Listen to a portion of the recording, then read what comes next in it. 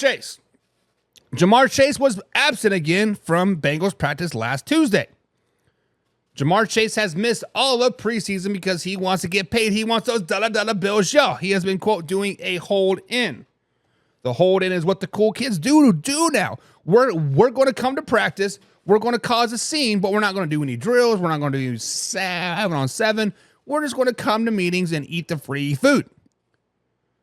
So, guys, is it going to be a fact or is it going to be a crap that the Cincinnati Bengals need Jamar Chase this season to be successful?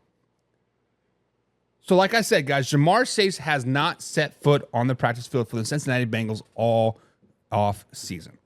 0 preseason games. He wasn't even at the complex on Tuesday. So, right off the top of the of the head, I was like, man, yes, the Cincinnati Bengals need Jamar Chase. Because I'm a Kansas City Chiefs fan, and I vividly remember Jamar Chase getting like 5 tutties against us that regular season game. The year that the Cincinnati Bengals went to the Super Bowl, I think he still caught another touchdown pass. We cannot stop that guy whatsoever. So, obviously, when your mind says yes, you have to dig in there. You have to give yourself some validity. You have to give yourself some stats. You have to understand, why am I saying this, right? So last season, Jamar Chase did lead the team with 1,216 receiving yards with 7 tutties. He did have 100 in catches with 145 targets. Now, this is where these stats kind of got interesting, right? The Bengals are 3-2 when Jamar Chase is not on the field. So when Jamar Chase is off the field, he's missed 5 games in his NFL career. They are 3-2. They are a winning team with Jamar Chase not on the field. With Jamar Chase on the field, they're obviously a really, really good team. They're 28-17. Joe Burrow, his quarterback, has 101 QBR and 76 touchdowns when Jamar Chase plays. When Jamar Chase doesn't play, you would anticipate Joe Burrow's stats would be terrible, right? No. Joe Burrow's stats are still 99.9 QBR with 8 touchdowns, just to 3 interceptions. Joe Burrow is also 3-1 without Jamar Chase with the Cincinnati Bengals. Starting to act like we don't really need Jamar Chase, right? Really don't need that cancer. Really don't need him to be holding out. Yes, he's a good receiver, but the stats are kind of saying, we really don't need Jamar Chase.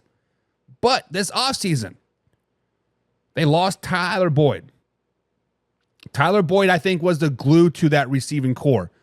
Tyler Boyd, I think, was that X factor on that Cincinnati Bengals team.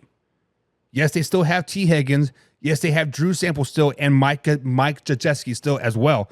All really, really good tight ends and receivers to round out that core. But missing Tyler Boyd is going to be a really big hurt. The defense is still pretty good. Obviously, the defense alone carried them to about 7 wins last season. Now, factor crap, do the Cincinnati Bengals need Jamar Chase on the field this season to be successful? And I'm going to say crap. I don't think the Cincinnati Bengals need Jamar Chase on the field to win a lot of games this season. Now, don't get it twisted. It is nice to have a talent like him on the field. It is nice to have that security blanket. It is nice to have that number 1 threat on the field. But they can win without him.